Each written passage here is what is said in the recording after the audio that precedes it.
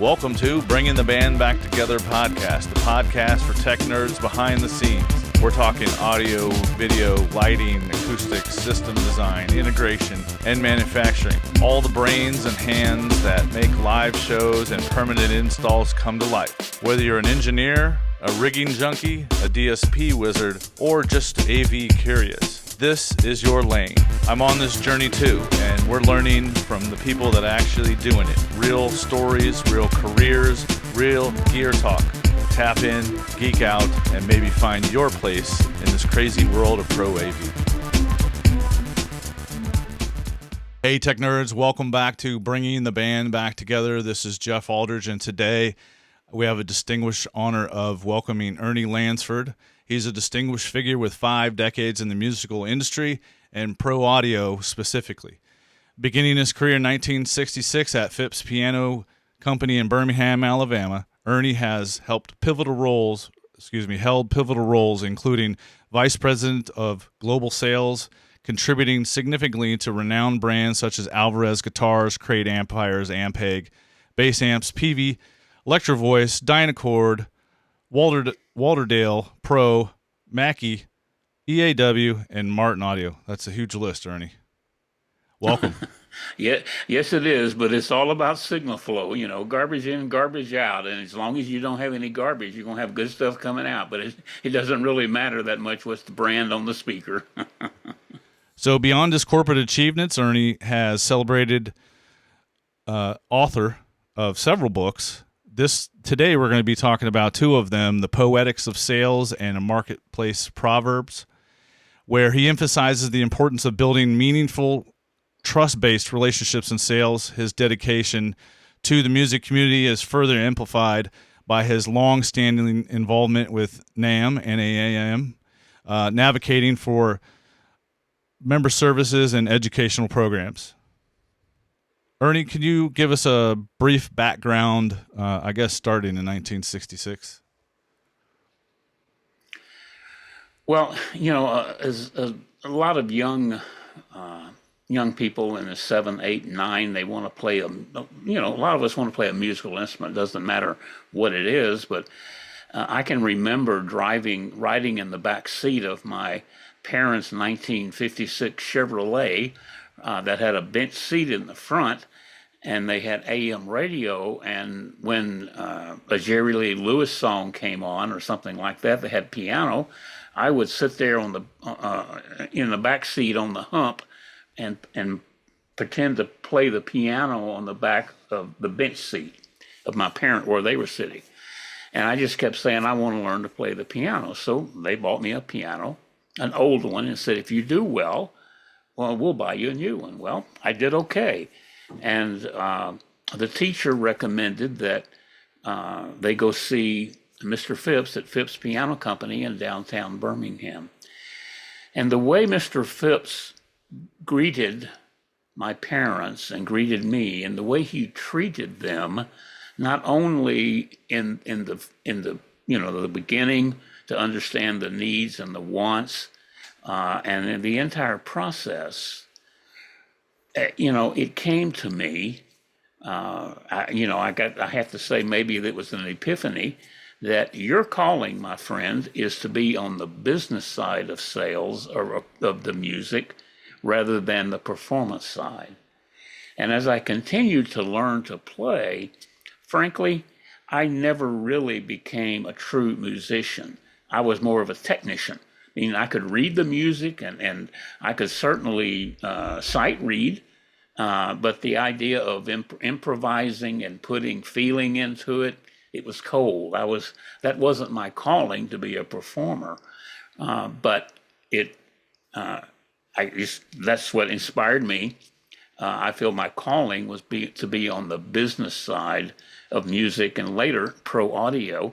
And it's interesting, Mr. Phipps, at the time, this was in 56 or 58, somewhere along in there, 1956, 58. Then the British invasion hit. The Beatles came over, and there was the Rolling Stones and the Animals and the Dave Clark Five, and I'm naming some names here that people probably never heard of. But there were garage bands opening all the time, just popping up all over the place. And Mr. Phipps became the southeastern distributor for the British Vox, VOX amplification guitar. They had guitars. They had the Phantom teardrop-shaped guitar, 9 strings, 12 strings, 6 strings, and of course the Vox tube amplifiers. And these kids knew that I had that connection with them because, once again, Mr. Phipps and my dad owned a heating and air conditioning business. And Mr. Phipps started using my dad's company to service the heating and air conditioning, HVAC needs for his businesses as well as his home. So we had that relationship. And he told me about the Vox equipment, and these bands started forming. Well, I'd load them up. By this time, I was driving. I had a 1955 Chevrolet, and I'd load them up and take them down, and Mr. Phipps would show them what they needed and sell the gear to their parents. And then he would pay me back then what they called a bird dog fee. We call it now an affiliate link, but I would get $50. And so when I graduated from high school in 1966, he said, "What do you want for a graduation present?" I said, "How about a job?" He said, "You got it." And so on June the 6th, 1966, was my first day on the commercial side of the musical instrument pro audio business. And it's been a wonderful ride ever since, and I'm not finished. You've held various roles from retail sales clerk to vice president of global sales. What are some pivotal moments that shaped your approach to sales and leadership? Well, there were several defining moments. The first time I saw what we call a sales rep, I never knew that there had to be a sales rep or a go-between, the gear coming in the back door and going out the front door. I just assumed it showed up. I mean, I was that naive at 17 at the time. So when I met my first sales rep, he was the Baldwin piano rep. And I also met a gentleman who was the Custom, Custom, amplifier company. They were the company that built the rolled and pleated with the naugahyde sparkle-colored finishes. And I met him. And he was driving a Cadillac Brougham, Fleetwood Brougham, and he had a 3-piece vested suit on. Back in those days, if you worked in retail, you wore a suit, so suit and tie. And he had a diamond pinky ring. And I said, "What do you do?" And he said, "Well, you see all of that gear over there?" And it was all that custom gear. I said, "Yeah." He said, "I'm the guy that sells it to Mr. Phipps."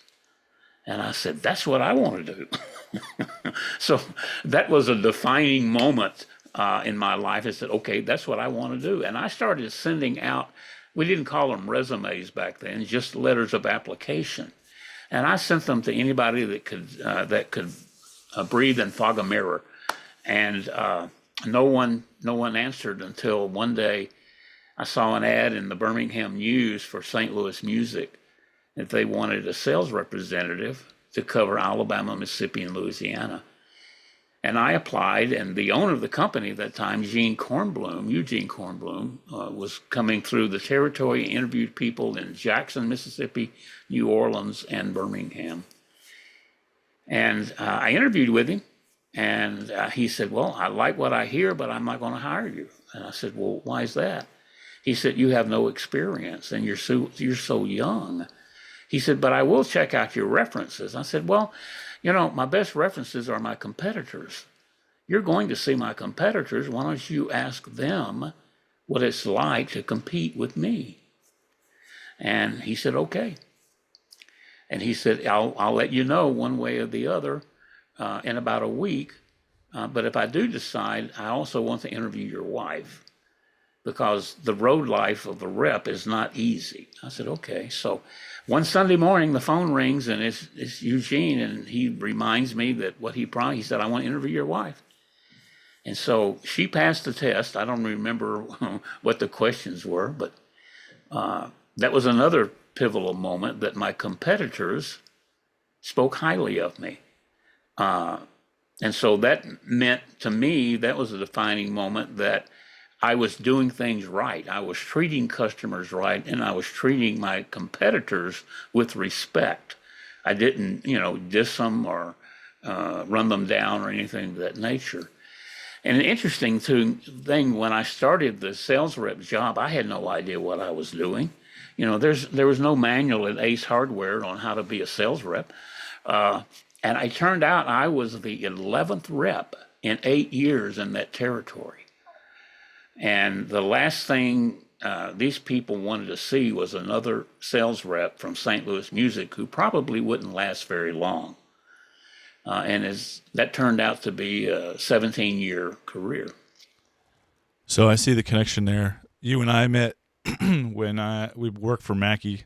It was known as Loud Technology. So you came over in the acquisition of St. Louis Music to Loud? Well, I left St. Louis Music in 1987 to join Peavey. Gotcha. Okay, but then after I had a consulting agreement with Wharfdale Pro, a Chinese company, a British brand, but owned by a Chinese company that they wanted to introduce to the USA. And my contract had ended, and I got a phone call one day, and it was from Stan Morgan, who I had worked with at St. Louis Music. He came over with the acquisition from Loud, and he said, Ernie, we're going to have 3 regionals, and I've got the Western region and the Central region filled. He said, but I'm having a hard time with filling the Eastern region, but your name keeps coming to mind. So I just thought I'd call and see, are you available? I said, sure, just happened to be. During your tenure in Mackie, how did it shape your experiences, influence your perspective in the pro audio market? Boy, that's a really good question. Thank you. It really taught me about the value of relationships, because there were two separate relationships going on. St. Louis Music had a deep, deep relationship with its customer base, its retailers.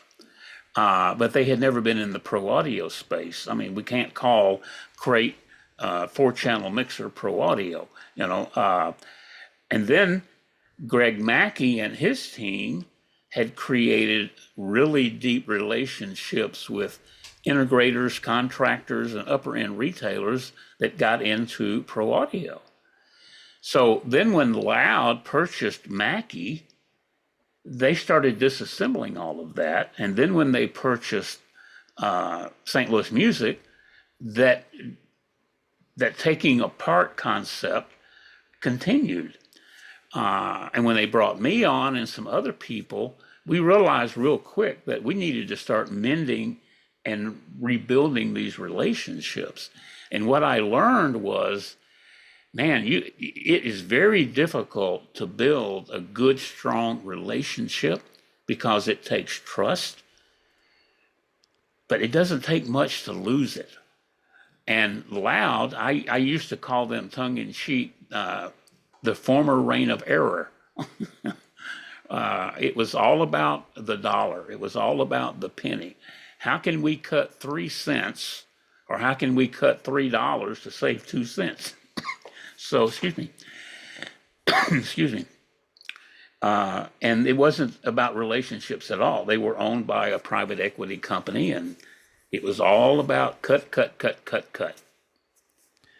Your involvement with NAMM spanned several decades. How has the organization evolved, and what impact has it on your professional growth? Well, NAMM started in 1890 or 98, somewhere along in there, so it's been around a long time. NAMM stands for National Association of Music Merchants.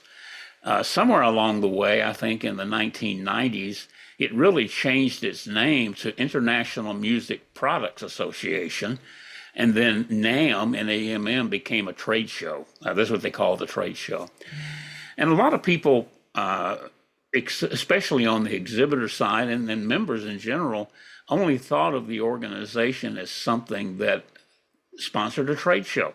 and people would go and have a good time and see new gear. But it's really more than that, in that they have a deep investment in lobbying at Congress in various states to keep music in the school systems. It's interesting when schools want to cut budgets, they'll boost the sports budget, but they'll reduce the music budget. And so NAM really works hard and hiring really strong advocates and lobbyists to make sure that music stays in the system. They also have affiliates with health insurance and workers' comp and stuff like that. So NAM is really can be a member's advocate if they allow it and look beyond the trade show. But that said, the trade show is a place where everyone can go and hang out with like-minded people who enjoy music, who enjoy pro audio, who enjoy technology. Where else can someone go and actually meet the CEO of a company? Where can you go and shake hands with a Hartley Peavey? Or at that time, Bill Schultz, who was the CEO or chairman of Fender back when I was involved. And you could talk with the head engineer that designed the gear that you normally couldn't get to. So it's where else can you see a Stevie Wonder or a Gene Simmons, or back when he was like Eddie Van Halen walking the aisleways just looking at stuff? So it's a wonderful organization that people look at it as a relationship versus a trade show. Had a little breakup there. Even with high-speed internet, Zoom is not effective. But so you've written a couple books. Just bragging on making fun of Zoom a little bit. So you've written a couple books. Well, actually, you've written several books. A couple of them I have here. I have Proverbs, and I have Part 2, Marketplace Proverbs. I didn't write Proverbs. I write Marketplace Proverbs. Sorry, yeah, you didn't write Proverbs. That would date you pretty well. The Poetics of Sales, which we'll get to here in a second. Customer Success Codes, Volume 1 and 2. Let's start with all of these books are really intriguing and great for the sales professional that wants to get into pro audio sales, or maybe you're somebody that's you play guitar, or you're an audio engineer in training, and you like sales and you like helping people. This book, Poetics of Sales is often seen as a transactional term, but the book suggests a different approach that blends creativity and strategy. How did you come up with the name Poetic of Sales? Well, the inspiration for the title, frankly, I stole it, came from an unlikely place, and that was Igor Stravinsky's classic, The Poetics of Music. It was a lecture series, 6 lectures, that he delivered in 1939-1940 academic year at Harvard. And frankly, someone who's been on the business side of music since 1966, that idea struck a chord with me. And I realized that sales is very much an art form, or like music. And just as a composer blends various instruments and melodies to create harmony, a great sales professional blends relationships and strategy and trust and timing to create a harmonious outcome for their customers. And Stravinsky also emphasized that structure and preparation set the stage for the inspiration in the music. And I see a direct parallel in sales, having a solid structure, an ethical foundation, and thorough preparation gives us the freedom to be creative and genuine with our clients. In other words, a discipline in sales, knowing your product, understanding your customers' needs and wants, having a game plan, allows the art side of selling to frankly flourish. And when all those elements come together, the result is almost poetic. So therefore, the Poetics of Sales. You emphasize transitioning a tolerated professional visitor to a celebrated partner. Can you elaborate on that concept and its relevance today? Sure. A tolerated relationship is one that you're bound to, or that's the only source. I liken it to, now it's kind of changed now, but there was a time when you lived in a particular community or any community, and a large internet provider company would come in and they would have an exclusive contract with that particular government. It might be the city or the county or the whatever. And so it doesn't matter who it was. It could be Cox, it could be Comcast, Xfinity, it could be numerous ones, but you were locked in. Well, if their if their customer service really lacked a lot, you didn't have any choice. You were locked in, and so your relationship became tolerated with them.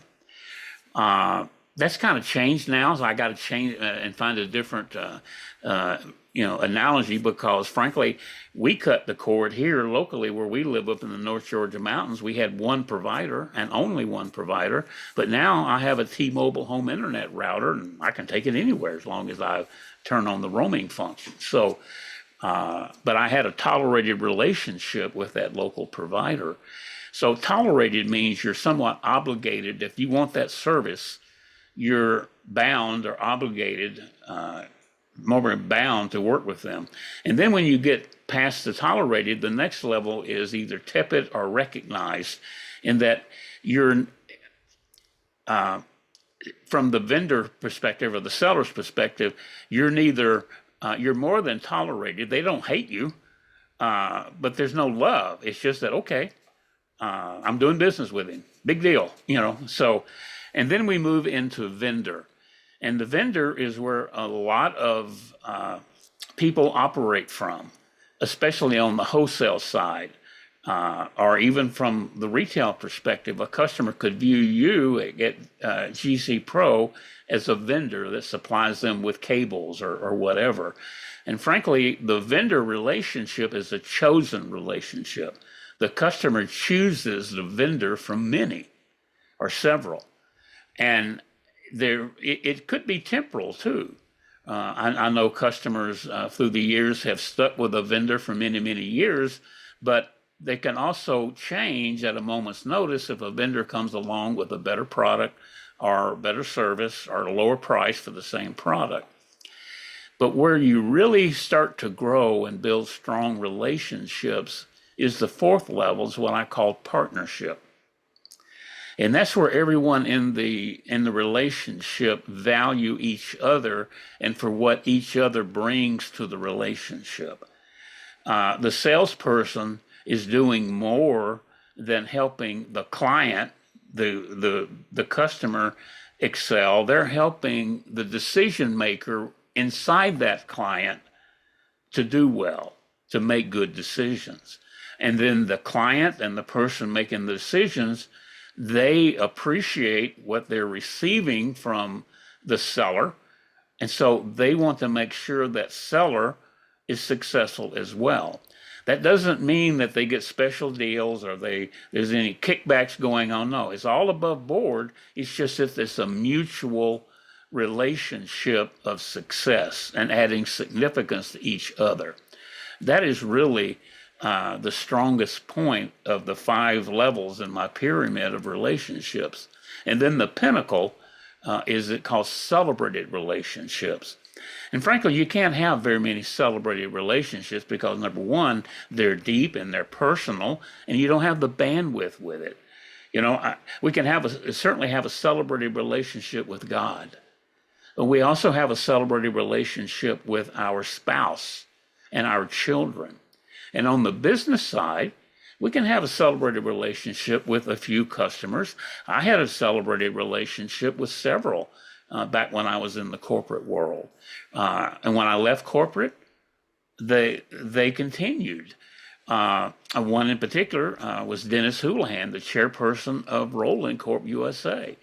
We had a deep celebrated relationship. We called each other often. It was a celebrated relationship, meaning, hey, I'll bail you out at 2 a.m. if I need to.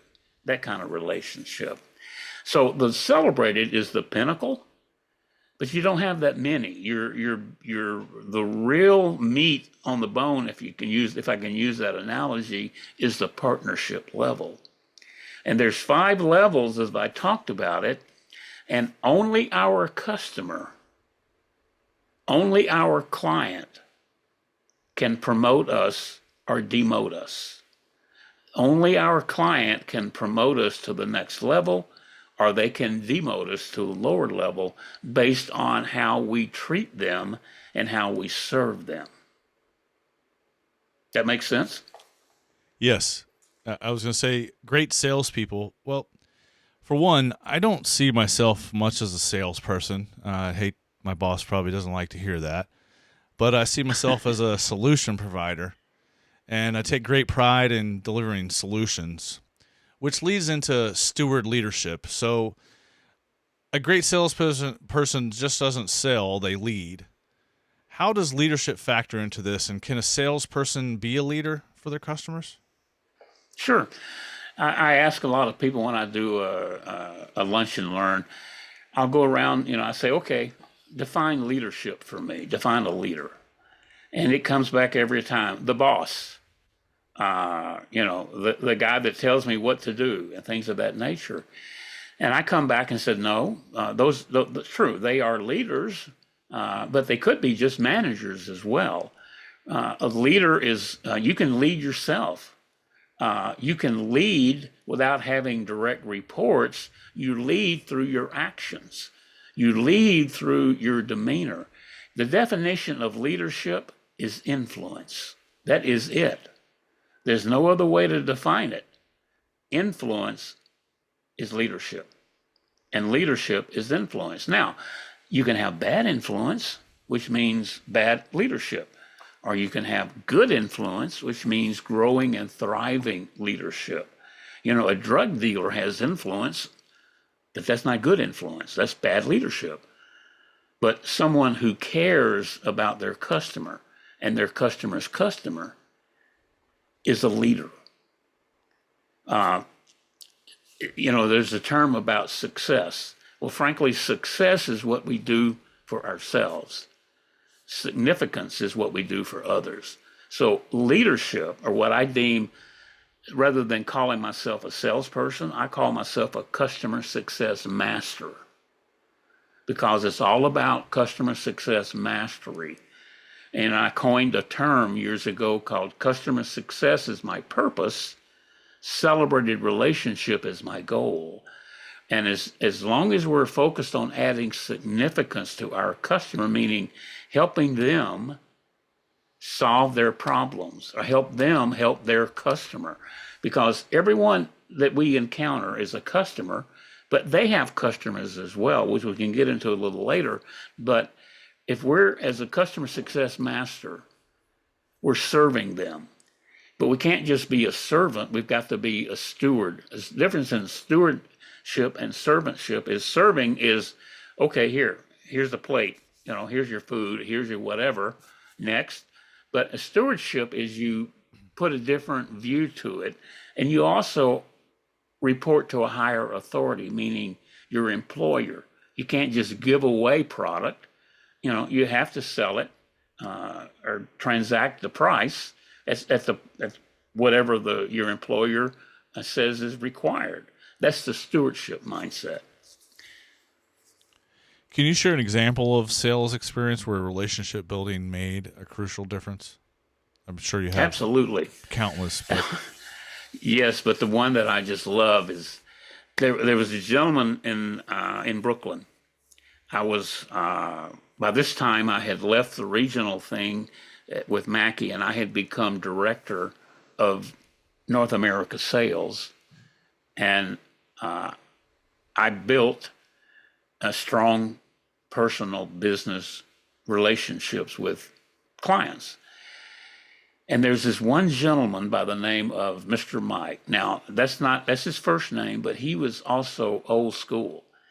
And he called people that he respected by their first name, but he put Mr. in it, Mr. Ernie or Miss Sharon. And he only did that out of respect. And frankly, out of mutual respect, you better call him Mr. Mike as well. So we were at the end of the quarter, and I was $50,000 short of reaching a goal that my boss really wanted. And here it was 3 p.m. Pacific time. And I was sitting at my desk in Woodinville, Washington. I had been on the phone. I had worked with customers. I had worked with clients. And here it was 3 p.m. and everything was in the system, and I was $50,000 short. And I said, Lord, what do I do now? And the phone rang. And we had, like you have caller ID. It came up the name of the business, and I knew that was Mr. Mike. So I picked up the phone. I said, well, hello, Mr. Mike, how are you? And he said, hello, Mr. Ernie. I just feel I needed to call you, and it's just the end of the quarter, and I know how that corporate stuff works. Is there anything I can do to help you meet your number? And he said, well, I said, wow, yeah. He said, what do you need? And frankly, I fudged a little bit, to be honest with you, because I knew he was going to want a deal. I said, I need $60,000. I also said $60,000 because I knew that just because if I put $50,000 in the system, $50,000 may not ship. They may only get like 49,250 out or something like that. So I said 60,000, and I could hear he kind of groaned. He said, whoa, okay. Well, it's 3 p.m. there. He said, it's 6 p.m. here. Give me 30 minutes. Will that give you enough time? I said, absolutely. I said, on the last day of the quarter, we worked till 9 p.m. Pacific time. He said, okay.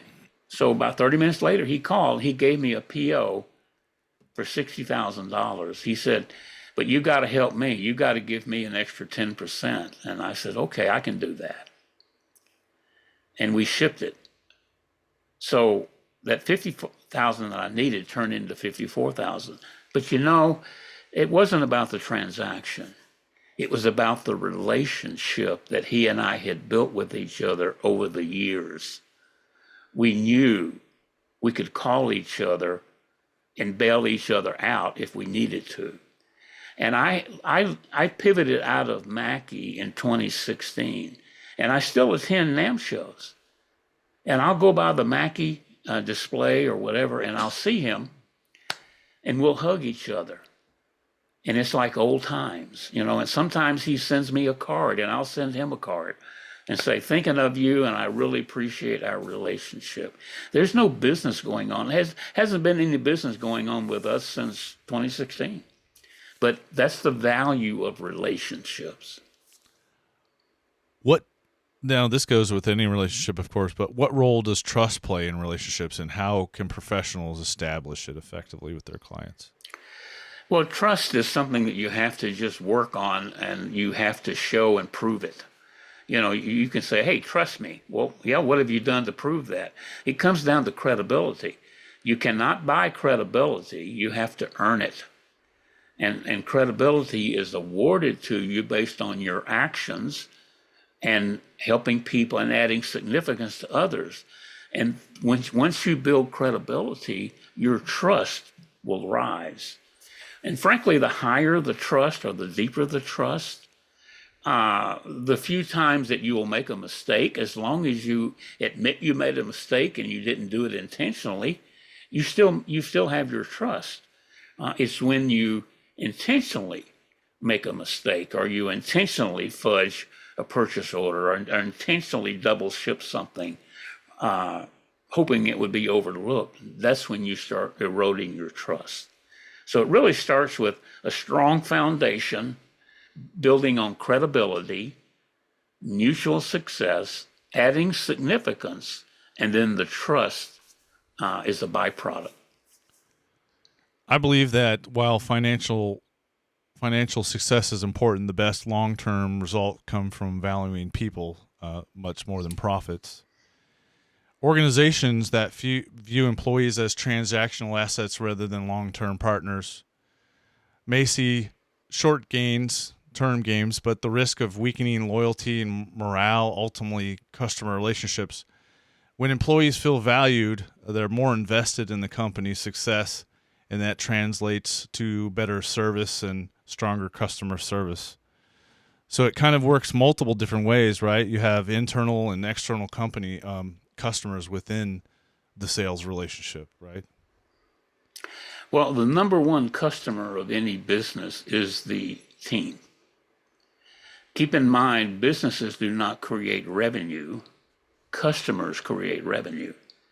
So if the team and every member in the team, I don't care what their job description is, they add value.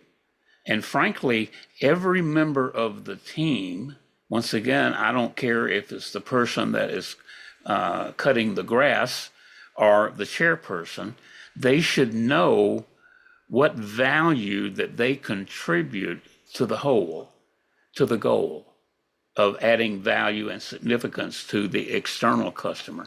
So when your internal customer, your team, when they are valued and when they realize, hey, I'm a customer, they're treating me and adding significance to me as a person, then they in turn mirror that to the external customers.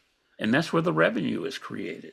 So revenue is created not by the business, but by the customers. I don't know if that answers your question, but everyone Yes. in the organization is the organization's customer or client, whatever you want to call it, and they must know, everyone must know what value they bring to the table for, what value of the whole that they bring to the table. Right, and there is, how does the 5 customer types fit into the internal customer?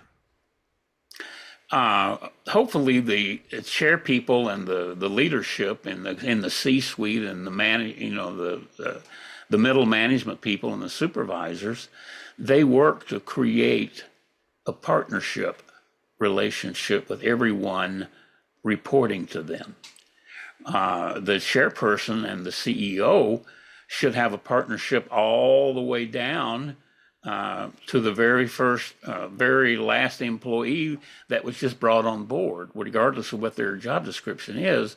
But then they have the other people in between them that are kind of the facilitators, if you will. And let's be realistic. As a CEO in a 1,000-person organization or more, they want to have an open door, but they can't have an open door to everybody. They'd never get anything done. So you have to have facilitators that have what I call yes levels. You can't say no. You just say yes up to your level, and if you can't say yes, then you go to the next level. So, but that's another concept in itself. So, yes, the concept is let's work to build partnerships within, because an employee, a team member, they can look at their employer as a tolerated place I have to go to earn enough money to buy milk and bread, or they can have the tepid recognize, okay, it's not a bad place to work, but hey, I was looking for a job when this one came along. Or the vendor one, where, hey, if I do this, they'll give me that, but I'm always looking.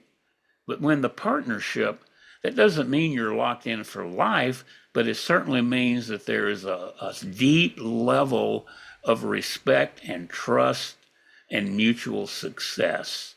And when you're at that level, the turnover is very low from my experience.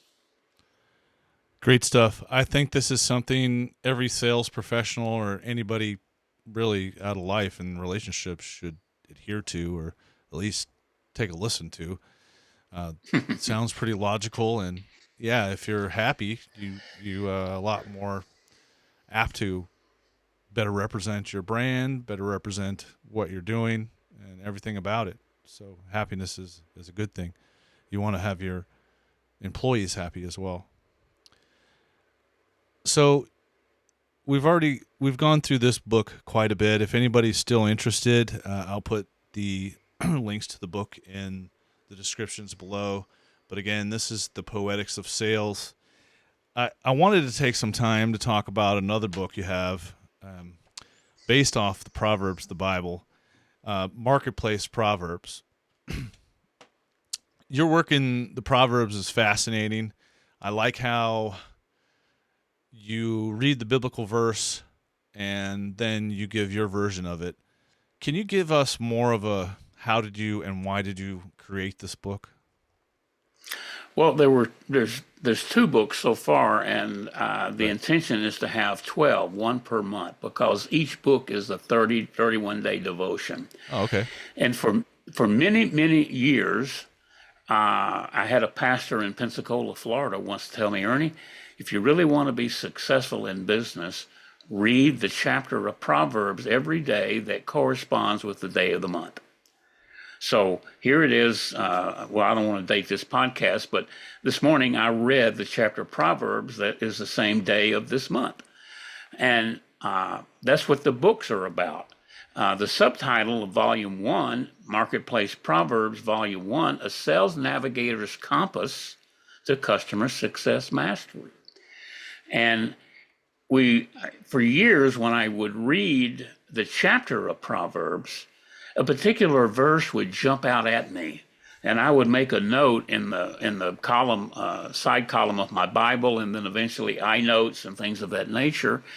And I looked at it as, how can I apply that to today? How can I apply that to what I do? And so that's exactly what the book is about. There's 2 now. Marketplace Proverbs Volume 2, Micro to Macro, the ripple effect of relationships. And in the business world, we're all about spreadsheets. And you can take a spreadsheet and you can have 1 or 2 sales, but they're really just a micro element to the whole thing, which is the macro.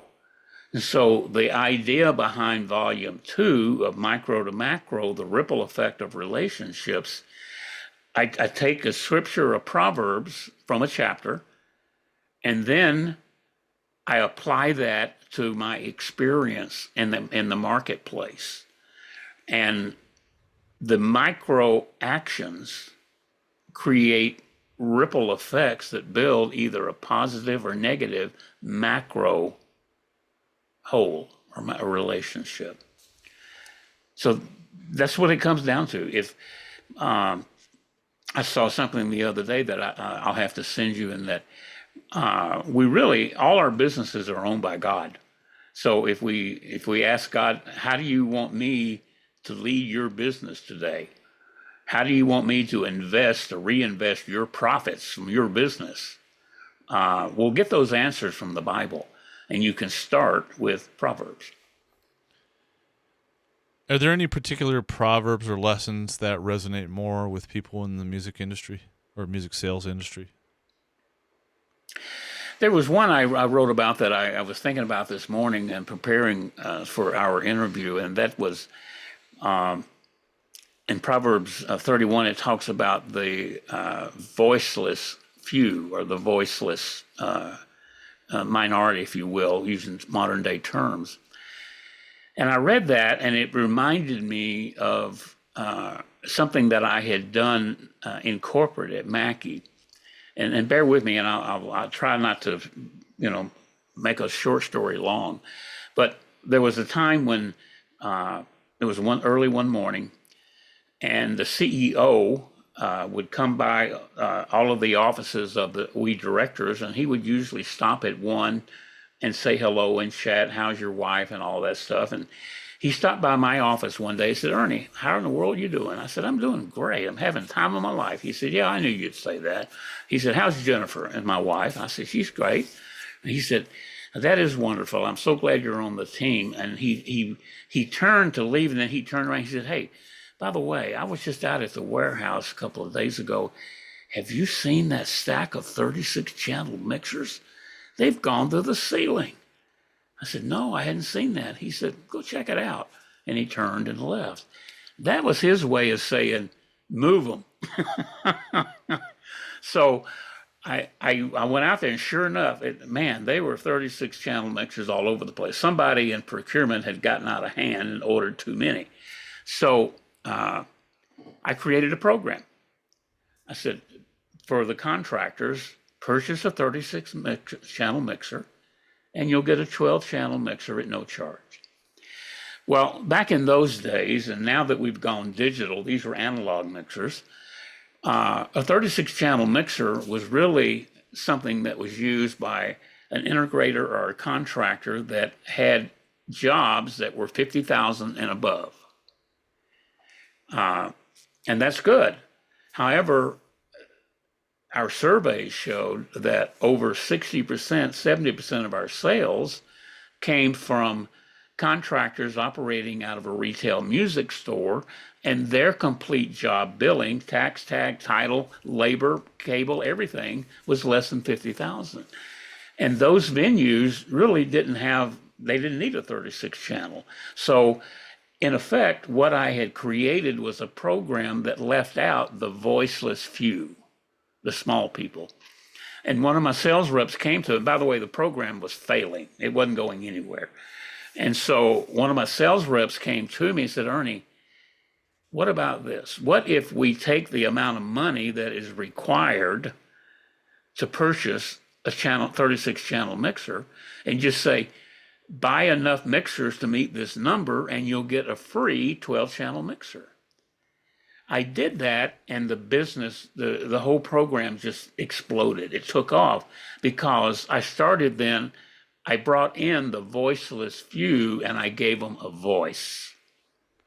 And they bought enough to buy a 36-channel mixer, but it was over several SKUs to get their free 12-channel. And those that needed a 36-channel, they bought a 36-channel, but then they got a 12-channel mixer free as well. And a lot of those had not been buying the smaller mixers.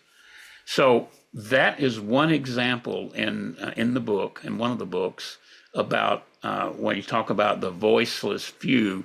We've got to be careful to not exclude the voiceless few and realize that they have a voice too.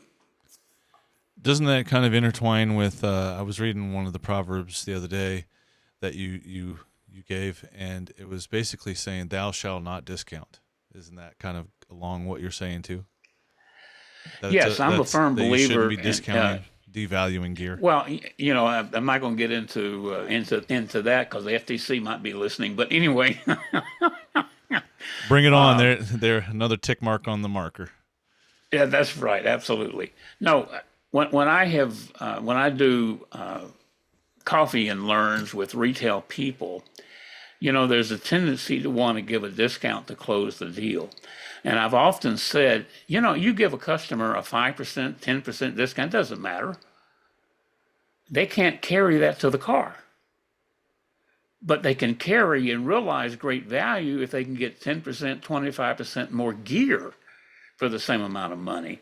And so I recommended that, take a piece of a product that has a high perceived value, like if you're talking about a guitar, maybe a really nice bag or a year's worth of strings or a follow-up visit or something, and include that in the price rather than a discount, because now they're getting true value.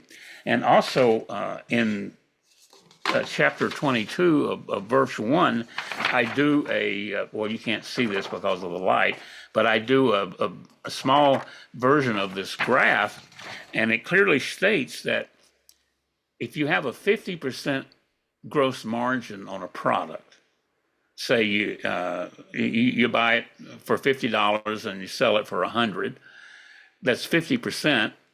But if you discount it 10% and sell it for $90, you have to sell 25% more product just to make the same amount of profit margin dollars if you didn't discount. So there's a lot of work goes into making a discount, and that's in chapter 22, page 102 of Marketplace Proverbs 1. So this is not the 22nd of the month, so you've been reading along, and so you'll see that when you hit day 22.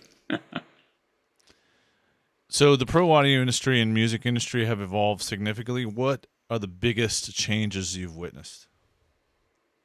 Well, obviously e-commerce, the click and shippers, if you will.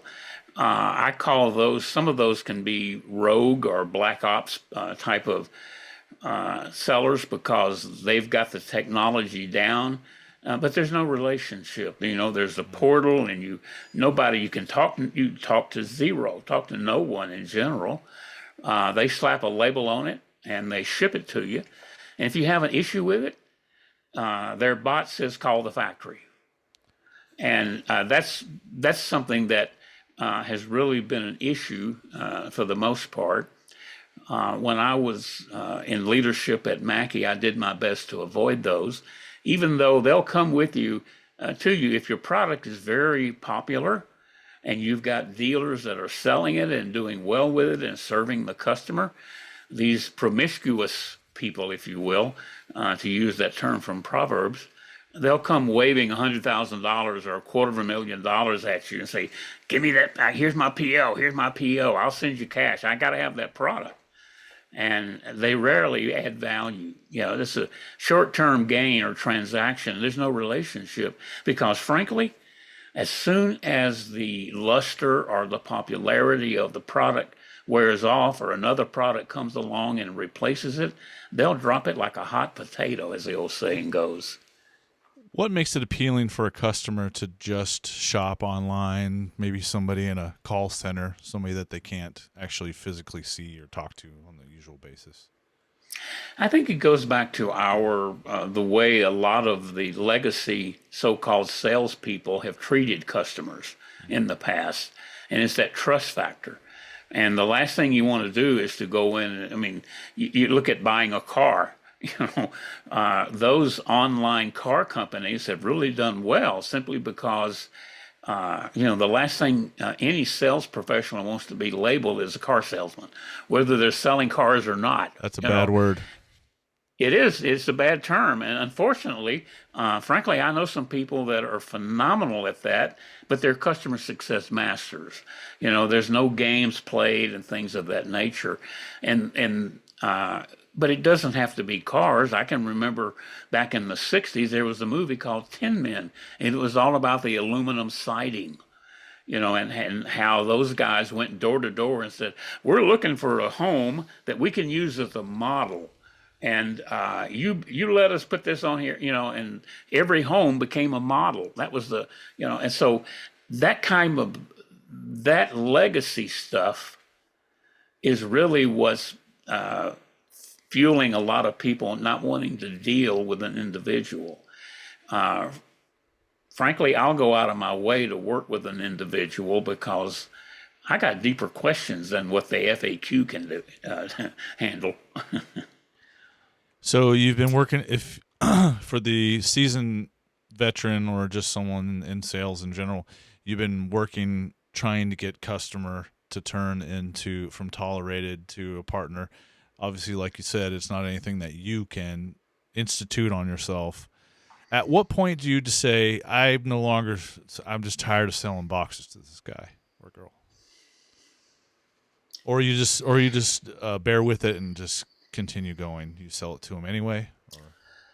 Well, no, I don't know. Are you asking about does the salesperson tired of selling or dealing with a customer? If your goal is to try to get as many partners as possible, is it just kind of you have some partners and you'll always have some people that are just tolerated? You give them good customer service, they continue to buy from you, but it's not really reciprocated? Yeah. The old Pareto principle applies. 20% of your customers will provide you 80% of your business. And I talk about that in the closing part of Volume 1, where at Mackie, we had 1,200, 1,301, or whatever it was, I forget what it was, of account numbers. I once had a pastor, I said, how large is your congregation? He said, well, there's 7,500 on the books, but he had me or the FBI can find 4,500 of them. So that same way with the customer base we had at Mackie.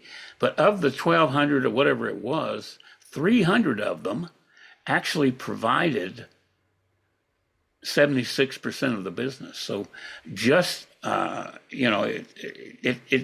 it really, the Pareto principle of 20-80-80-20 works. It could be 70-30, but it's generally in that range.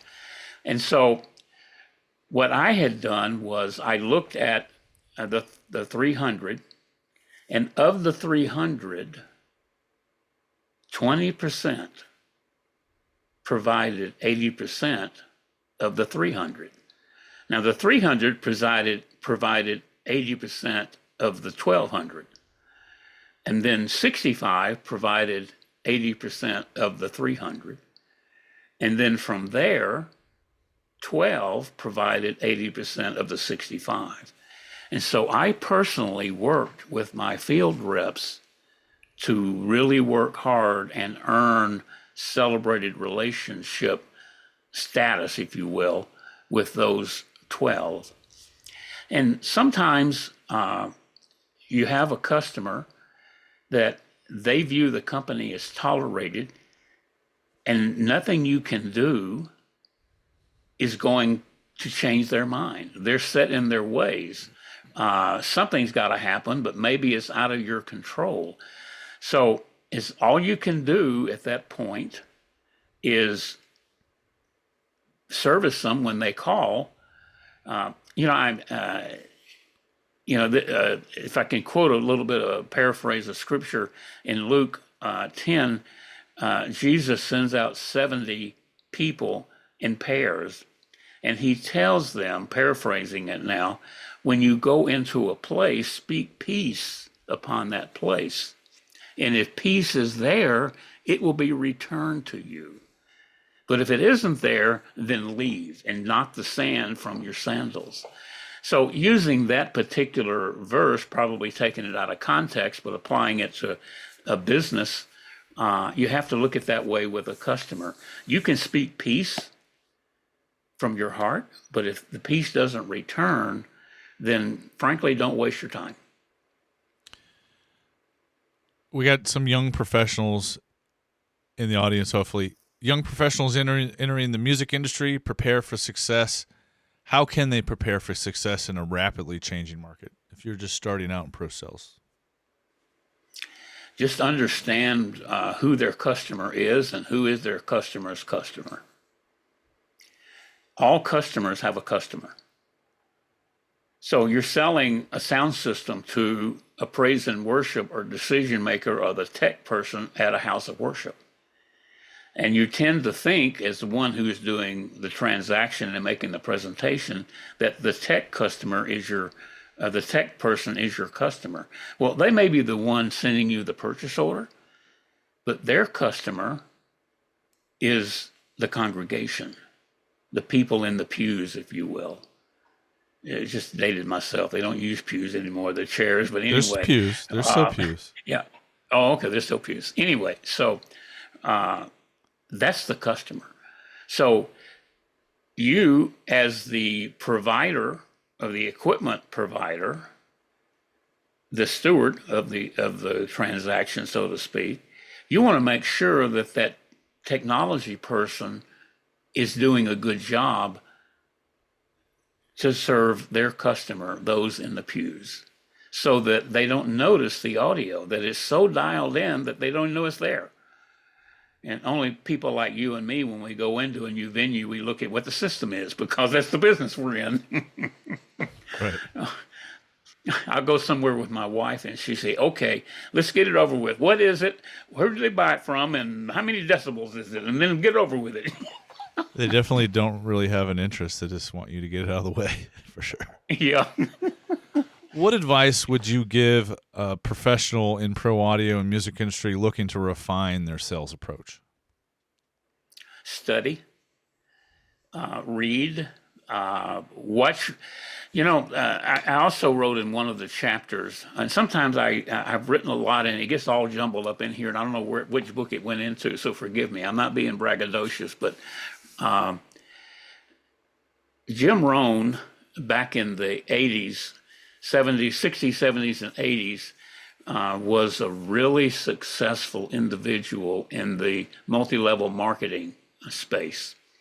And he was in such demand as a speaker that he really stopped his MLM and he started teaching people in the MLM how to serve customers.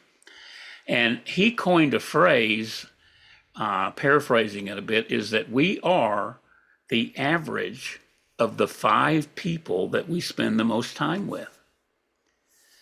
Well, I took that and I thought about it, that is true.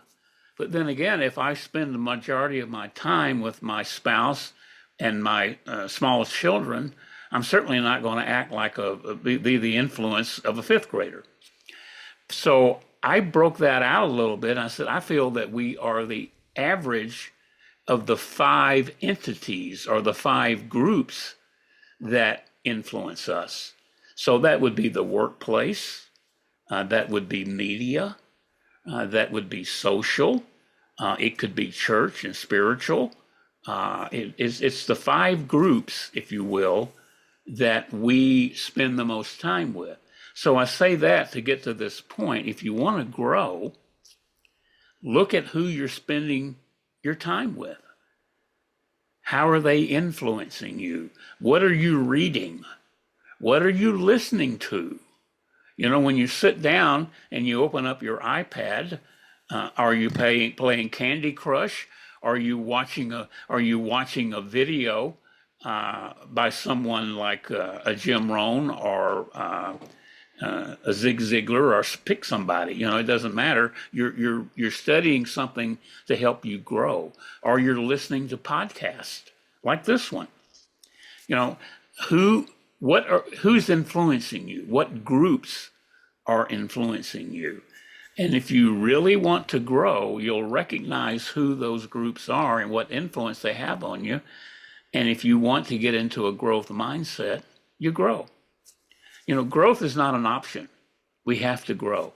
And John Maxwell published a book several years ago, maybe 10 years ago, The 15 Laws of Growth. I can't quote them off the top of my head, but it's certainly available on Amazon or any bookstore by John Z. Maxwell, The 15 Laws of Growth. And it's just 15 steps on how to grow daily. Speaking of books and being available on Amazon, how can people find your books and how can they connect with you?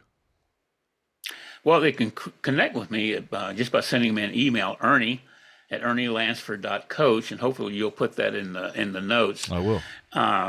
And then there's a link you can put in the notes to my Amazon author page. And frankly, it's just simple, amazon.com/author, AUTHOR/Ernie Lansford, all one word. And then every book I've written comes up there. And Marketplace Proverbs is even in Portuguese. Wow. Did you have it translated? Obviously you did. Yeah, because I can't speak Portuguese. Why Portuguese of all the other languages? Because from 2019 through May 31st of 2024, I was under a consulting contract with Ney Nakamura, who is the owner of Marotech, which is the owner of Tajima Guitars. Okay. And he wanted help introducing Tajima Guitars to the USA. So I developed some strong, deep relationships with the people inside his company in Brazil. And of course, Portuguese is their primary language.